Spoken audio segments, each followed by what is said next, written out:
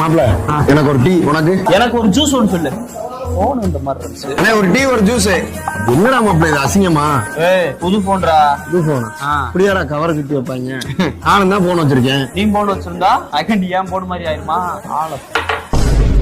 மாப்ள மாப்ள சாரிடா, தெரியாம பண்ணிட்டேன். ஒண்ணு இல்ல மாப்ள, ஒண்ணு இல்ல. டேய் மாப்ள சாரிடா. அது சரியாயிரும்.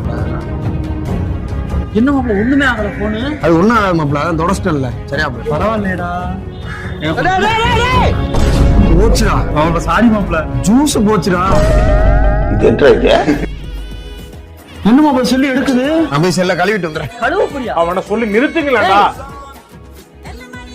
டேய் டேய் டேய் டேய் டேய், என்ன மாப்ள என்னடா பண்ற?